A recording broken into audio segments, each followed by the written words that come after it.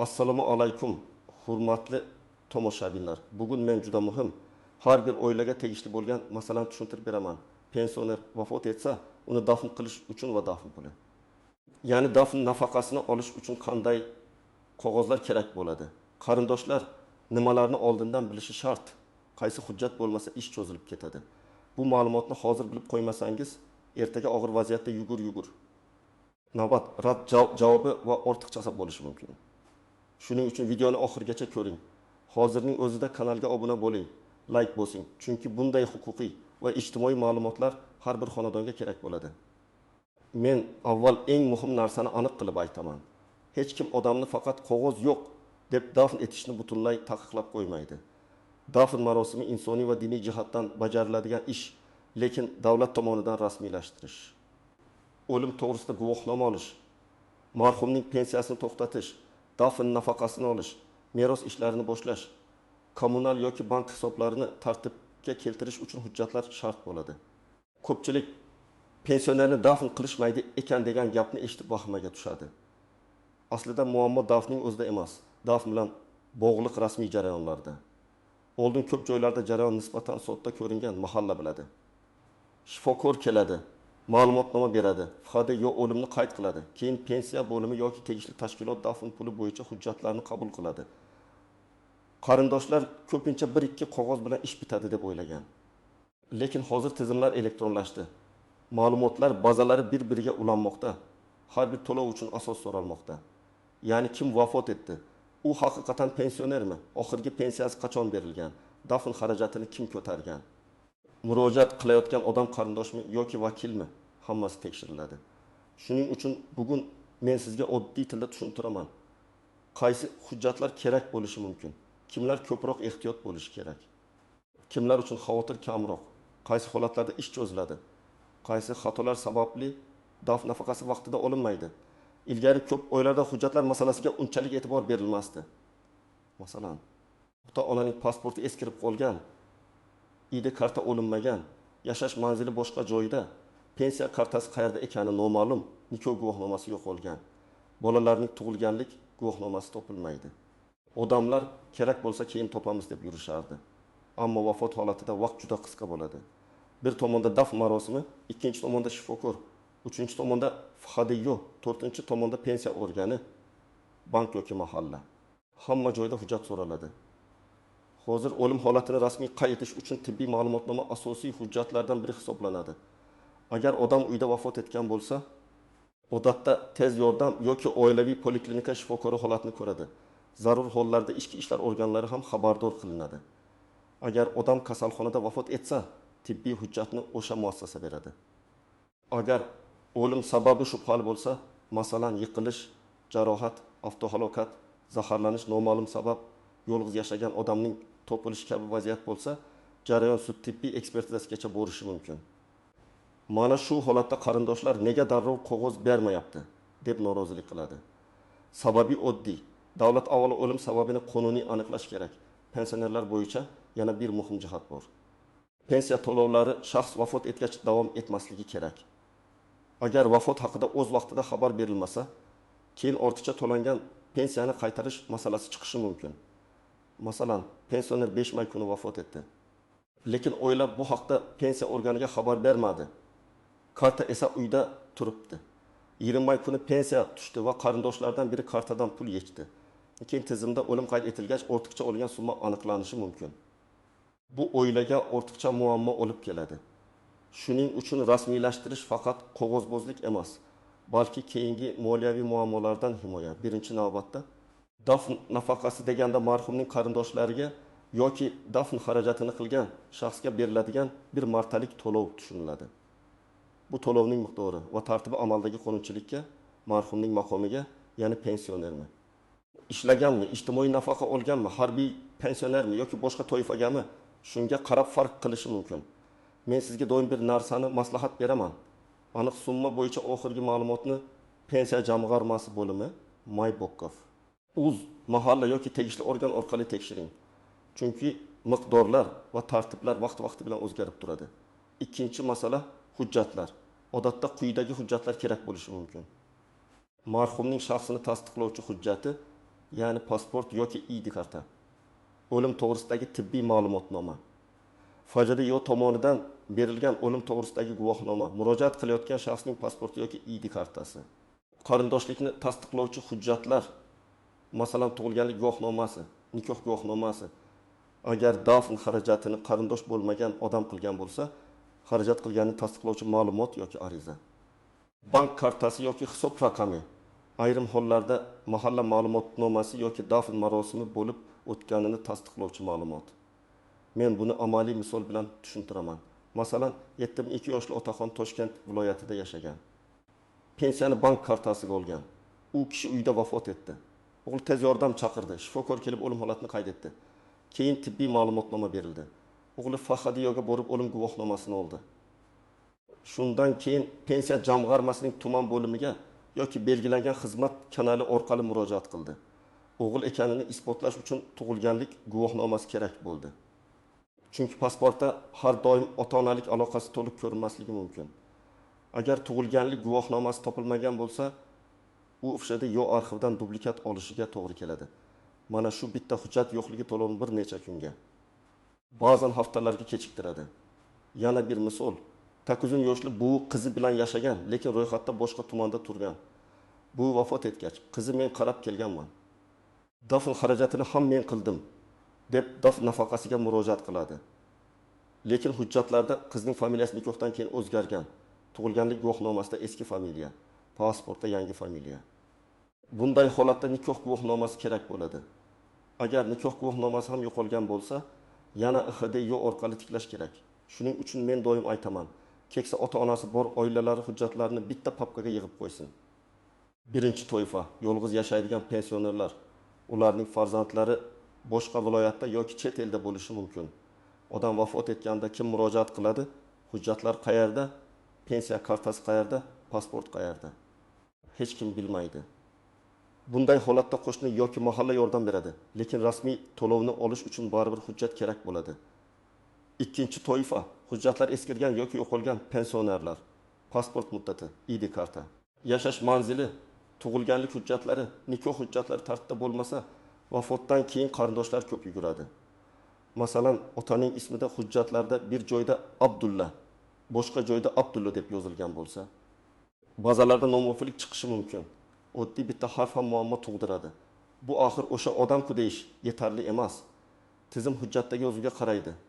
Uchinchi toifa, qarindoshlar o'rtasida kelishmovchilik bor oilalar. Masalan, 3 ta farzand bor, bittasi ota bilan yashagan, ikkitasi alohida. Dafn xarajatini bir farzand qilgan, lekin boshqasi dafn nafaqasini olishga harakat qilgan. Bunday vaziyatda tortishuv chiqadi. Davlat organi esa kimga to'lashni aniq asos bilan ko'rish kerak. Shuning uchun kim xarajat qilgan, kim murojaat qilmoqda, qarindoshlik qanday, bular aniq bo'lishi zarur. 4-toifa, chet elda yashayotgan farzandlar, masalan, pensioner ona O'zbekistonda, o'g'li Rossiyada, qizi Turkiyada. Ona vafot etsa, farzandlar kelguncha qo'shni yoki jiyan dafn ishlarini qiladi. Keyin dafn nafaqasini olish uchun vakolat masalasi chiqishi mumkin. Agar farzand chetdan ishonchnoma yubormoqchi bo'lsa, notarial tartib, konsullik, tarjima tasdiqlash kabi ishlar qo'shiladi. Buni oldindan bilish kerak. Agar pensionerning pasporti yoki ID kartasi joyida bo'lsa, tibbiy hujjat rasmiy berilsa, FSHDYO o'limni qayd etsa, qarindoshlik hujjatlari tayyor bo'lsa, marhumning pensiya olgani bazada ko'rinsa, odatda jarayon katta muammosiz hal bo'ladi. Ya'ni hamma gap tartibda, hujjatlar bor, ma'lumotlar mos, murojaat qiluvchi shaxs aniq, bank hisobi bor. Bunday oilalarda dafn nafaqasi uchun ariza topshirish nisbatan oson kechadi. Masalan, 6 yoshli pensioner onaxon vafot etdi. Qizi uning pasportini, o'z pasportini, tug'ilganlik guvohnomasini, onasining o'lim guvohnomasini olib bordi.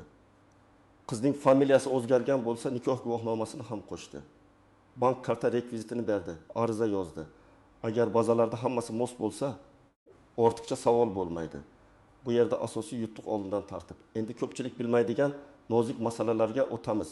Birinchi nozik jihat, o'lim guvohnomasi bilan tibbiy ma'lumotnoma bir xil narsa emas. Tibbiy ma'lumotnoma shifokor yoki tibbiy muassasa tomonidan beriladi va o'lim sababini qayd qilishga asos bo'ladi. O'lim guvohnomasi esa FHDYO tomonidan beriladigan fuqarolik holati hujjati. Ko'p odamlar shifokor qog'oz berdi. bo'ldi deb o'ylaydi. Yo'q, keyingi rasmiy ishlar uchun FHD yo'q, guvohnomasi kerak bo'ladi. Ikkinchi nozik jihat, dafn puli marhumning kartasiga emas, odatda murojaat qilgan va huquqi bor shaxsga to'lanadi. Marhum vafot etgandan keyin uning bank kartasidan pul yechish masalasida juda ehtiyot bo'lish kerak. Ayniqsa vafotdan keyin tushgan to'lovlar bo'lsa, bu keyinchalik qaytarilishi talab qilinishi mumkin. Uchinchi nozik jihat, qarindosh bo'lgan odam ham ba'zi hollarda dafn xarajatini qilganini ko'rsatib murojaat qilishi mumkin. Lekin bunda isbot masalasi kuchayadi. Masalan, yolg'iz cholni qo'shnisi dafn qildi. Qo'shni men xarajat qildim deb ariza beradi. Bunda mahalla, guvohlar, xarajatga oid ma'lumotlar dafnni tashkil etgan shaxs sifatida tasdiq kerak bo'lishi mumkin. Chunki davlat har qanday odamga men dafn qildim degan uchun pul berib yubora olmaydi. 4-nozik jihat. Harbiy pensionerlar, ichki ishlar tizimi, mudofaa. Xavfsizlik yoki boshqa maxsus idoralardan pensiya olgan shaxslar bo'yicha tartib oddiy fuqarolik pensiyasidan farq qilishi mumkin. Bunday holatda aynan qaysi idora pensiya tayinlaganini aniqlash kerak. Qarindoshlar ko'pincha otam pensioner edi deydi, lekin u pensiya jamg'armasidan emas, boshqa idoradan pensiya olgan bo'lishi mumkin. To'lovni qayerdan so'rash ham shunga bog'liq. 5-nozik jihat. Agar marhum ishlayotgan pensioner bo'lgan bo'lsa, ya'ni pensiya olib bir vaqtning o'zida korxonada ishlagan bo'lsa, dafn nafaqasi bo'yicha ish joyi va pensiya organi o'rtasidagi tartibni aniqlash kerak. Ba'zi to'lovlar ish joyi orqali, ba'zilari ijtimoiy sug'urta yoki pensiya tizimi orqali ko'rilishi mumkin. Bunday holatda marhumning oxirgi ish joyidan ma'lumotnoma so'ralishi ehtimoli bor. 6-nozik jihat. Meros bilan dafn nafaqasini aralashtirmaslik kerak. Dafn nafaqasi meros emas, u odatda dafn xarajatlarini qoplashga yordam beradigan ijtimoiy to'lovdir. Meros esa alohida tartibda notarius orqali rasmiylashtiriladi. Masalan, marhumning uyi, omonati, mashinasi, yer uchastkasi bo'lsa, bu dafn nafaqasi hujjatlari bilan hal bo'lmaydi. Notariusga alohida murojaat qilinadi. Meros ochilgan kundan boshlab belgilangan muddatlar bor. 7-nozik jihat. Hujjatlardagi familiya, ism, ota ismi xatolari. Men amaliyotni ko'p ko'rganman. Bir hujjatda Karimov, boshqasida Karimova, birida Tursunboy, boshqasida Tursunbay. Tug'ilgan sana bir joyda 1900 yil, boshqa joyda 1990 yil. Bunday mos kelmasliklar ayniqsa eski hujjatlarda uchraydi. Qarindoshlar bunga oldindan e'tibor bermasa, vafotdan keyin bitta ma'lumotnoma uchun arxma-arx yurishiga to'g'ri keladi. 8-nozik jihat, yashash joyi. Pensioner bir tumanda ro'yxatda turib, amalda boshqa tumanda yashagan bo'lishi mumkin. O'lim boshqa joyda qayd etiladi, dafn boshqa joyda bo'ladi. Pensiya esa ro'yxatdagi tuman bo'yicha yuritilgan bo'ladi. Bu holatda qaysi organ qaysi hujjatni beradi? Qayerga murojaat qilinadi? Aniqlab olish kerak. Mahalla va tuman pensiya bo'limi bilan bog'lanish muhim. Endi men sizga aniq qadamlarni beraman. Agar oilangizda pensioner ota-ona, bu bobo yoki yolg'iz qarindosh bo'lsa, bugundan boshlab quyidagilarni tartibga keltiring. Birinchi qadam, hujjatlar papkasini tayyorlang. Bu papkada pensionerning pasporti yoki ID kartasi nusxasi, pensiya guvohnomasi yoki pensiya ma'lumotlari, bank kartasi rekvizitlari, stir yoki NSHR ma'lumotlari, nikoh guvohnomasi, farzandlarning tug'ilganlik guvohnomalari nusxalari, yashash manzili bo'yicha ma'lumotlar bo'lsin. Asl hujjatlarni xavfsiz joyda saqlang, nusxalarini esa 1-2 ishonchli farzand bilsin. Ikkinchi qadam, hujjatlardagi ism familiyalarni solishtiring. Pasport, tug'ilganlik guvohnomasi, nikoh guvohnomasi, pensiya hujjatlarida yozuvlar bir xilmi? Agar xato bo'lsa, tiriklik vaqtida tuzatish osonroq. Vafotdan keyin bu ish ancha qiyinlashadi. Masalan, onangizning tug'ilganlik guvohnomasida otasining ismi boshqacha yozilgan bo'lsa, bu sizning qarindoshligingizni isbotlashda savol tug'dirishi mumkin. 3-qadam, pensionerning qaysi idoradan pensiya olayotganini aniqlang. Oddiy yoshga doir pensiyami, nogironlik pensiyasimi, boquvchisini yo'qotganlik pensiyasimi, harbiy yoki maxsus idora pensiyasimi? Bu ma'lumot vafotdan keyin qayerga murojaat qilishni belgilaydi. 4-qadam, vafot holati yuz bersa, avvalo tibbiy xizmatni chaqiring. Uyda vafot bo'lsa, o'zboshimchalik bilan hech qanday rasmiy jarayonni chetlab o'tmang. Shifokor kelib holatni qayd etishi kerak. Agar o'lim shubhali bo'lsa, tegishli organlar xabardor qilinadi. Bu sizga yoqmasligi mumkin. Lekin Bu qonuniy tartib va keyinchalik muammoga tushmaslik uchun zarur. 5-qadam. Tibbiy ma'lumotnoma asosida FHDYoga murojaat qilib, o'lim guvohnomasini oling. Bu hujjatsiz pensiya, dafn nafaqasi, meros bank, kommunal va boshqa ko'plab ishlar to'liq yurmaydi. 6-qadam dafn xarajatini kim qilayotganini aniq belgilang. Agar farzandlardan biri xarajat qilsa, arizani ham o'sha shaxs bersin. Agar xarajatni bir necha odam qilsa, o'zaro kelishib oling. Keyin pulni kim oladi degan tortishuv chiqmasin. Zarur bo'lsa, mahalla guvohligida kelishib oling. 7-qadam pensiya jamg'armasi bo'limiga yoki tegishli idoraga murojaat qiling. O'zingiz bilan quyidagilarni olib boring. O'zingizning pasport yoki ID kartangiz, marhumning o'lim guvohnomasi, marhumning shaxsini tasdiqlovchi hujjati nusxasi, qarindoshlikni tasdiqlovchi hujjat, bank hisob raqamingiz, kerak bo'lsa nikoh guvohnomasi, mahalla ma'lumotnomasi. Arizada marhumning FIshi, tug'ilgan sanasi, vafot sanasi, pensiya olganligi, sizning qarindoshlik darajangiz va daf xarajatini qilganingiz ko'rsatiladi. 8-qadam. Ariza topshirganda qabul qilinganini tasdiqlovchi belgi yoki ro'yxat raqamini oling. Og'zaki gap bilan cheklanib qolmang. Agar hujjat yetishmasa, qaysi hujjat yetishmayotganini aniq yozib bering deyishga haqlisiz. Keyin kelavering degan gap odamni ko'p ovora qiladi. Siz aniq ro'yxat so'rang. 9-qadam. Marhumning bank kartasi bilan ehtiyot bo'ling. Vafotdan keyin tushgan pensiya yoki boshqa to'lovlarni yechmang. Avval tegishli organ bilan maslahatlashing. Agar vafotgacha hisoblangan, lekin olinmay qolgan pensiya bo'lsa, uni olishning alohida tartibi bo'lishi mumkin. Bu masalani dafn nafaqasi bilan aralashtirmang. 10-qadam. Agar farzandlar chet elda bo'lsa, oldindan ishonchli vakil masalasini o'ylab qo'ying. Keksalarning hujjatlarini faqat bitta odam bilib, qolganlar bexabar bo'lsa, favqulodda vaziyatda hamma qiynaladi. Kamida 2 nafar yaqin qarindosh hujjatlar qayerda ekanini bilsin. Bir oilada otaxon vafot etadi. 3 farzand bor. Katta o'g'il dafnni tashkil qiladi, 12 million so'm xarajat qiladi. Kichik o'g'il esa otaning pensiya kartasi o'zida bo'lgani uchun men hamma ishni qilaman deydi. Pensiya bo'limiga borganda undan o'lim guvohnomasi, qarindoshlik hujjati va daf xarajatini kim qilgani so'raladi. Katta o'g'il bilan kelishuv bo'lmagani uchun tortishuv boshlanadi. Natijada nafaqa kechikadi. Aka-ukalar orasida araz paydo bo'ladi. Agar boshida dafn xarajatini katta o'g'il qildi, arizani u beradi deb kelishilganida muammo bo'lmasdi. Yana bir holat, bu qizi bilan yashagan, lekin qizning tug'ilganlik guvohnomasi yo'qolgan. Qiz ham mahalla biladi, men uning qiziman deydi. Lekin rasmiy idora mahalla bilishini emas, hujjatni ko'radi. Qiz FHDYo arxiviga boradi, dublikat olish uchun vaqt ketadi. Dafn puli esa kechikadi. Bu yerda ayb idorada emas, oldin hujjat tayyor bo'lmaganida. Yana bir misol, pensioni amaki yolg'iz yashagan, jiyani qarab turgan.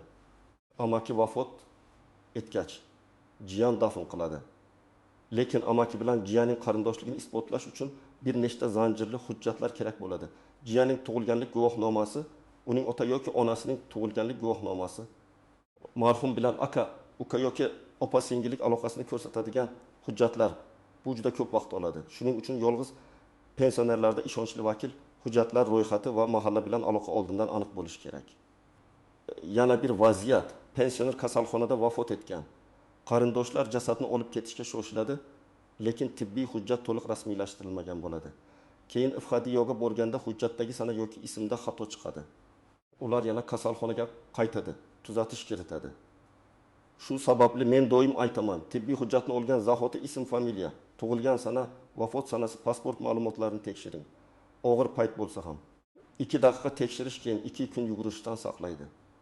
Agar siz dafn nafaqasi uchun ariza yozayotgan bo'lsangiz, unda ma'lumotlar aniq bo'lsin.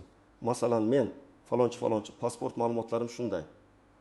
Marhum falonchining farzandi yoki turmush o'rtog'iman. Marhum falon sanada vafot etgan. Dafn marosimini tashkil etish xarajatlarini men amalga oshirdim. Menga qonunchilikda belgilangan dafn nafaqasini tayinlab berishingizni so'rayman. To'lovni quyidagi bank hisob raqamiga o'tkazishingizni so'rayman. Shundan keyin sana va imzo qo'yiladi. Agar idora o'z blankasini bersa, o'sha blankani to'ldirasiz. Agar siz qarindosh bo'lmasangiz, lekin dafnni siz qilgan bo'lsangiz, arizada bu holatni aniq yozing. Marhum yolg'iz yashaganmi? Qarindoshlari kelmaganmi? Mahalla xabardormi? Xarajatlarni siz qilganingizni kim tasdiqlaydi? Bunda mahalla raisi yoki mas'ul xodimdan vaziyat bo'yicha ma'lumot so'ralishi mumkin. Birinchi xato o'lim guvohnomasini olmasdan turib pensiya bo'limiga borish. Sizni baribir FHD yo'lga yuborishadi. Ikkinchi xato faqat pasport bilan borish. Qarindoshlikni tasdiqlash kerak bo'lsa, tug'ilganlik yoki nikoh guvohnomasi so'raladi. Beshinchi xato farzandlar o'zaro kelishmasligi. Bu rasmiy jarayonni ham oilaviy munosabatni ham buzadi. Oltinchi xato mahalla biladi, shuning o'zi yetadi deb o'ylash. Mahalla yordam beradi, lekin rasmiy hujjat o'rnini har doim ham bosmaydi. Demak, hurmatli tomoshabinlar, pensioner vafot etsa, daf marosimining o'zi insoniy va diniy burch sifatida bajariladi. Lekin davlat to'lovlari, o'limni qayd etish, pensiyani to'xtatish, daf nafaqasini olish va keyingi meros ishlarida hujjatlar juda muhim. Hozirgi davrda qog'ozsiz ham bo'laveradi degan qarash xavfli. Eng to'g'ri yo'l hujjatlarni oldindan tartibga keltirish, vafot holatida tibbiy ma'lumotnoma olish, FHD yo'dan o'lim guvohnomasini rasmiylashtirish. Keyin tegishli idoraga to'liq hujjatlar bilan murojaat qilish. Men sizga maslahat beraman, bugun uyga borgach, ota-onangiz yoki keksa qarindoshingizning hujjatlari qayerda ekanini tekshiring. Pasporti bormi? Tug'ilganlik hujjatlari bormi?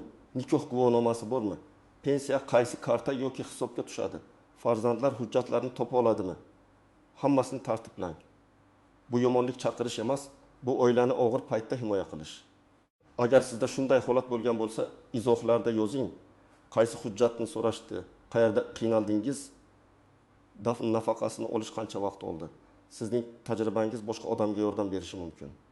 Videoni foydali deb bilsangiz, albatta like bosing, yaqinlaringizga yuboring va kanalga obuna bo'ling.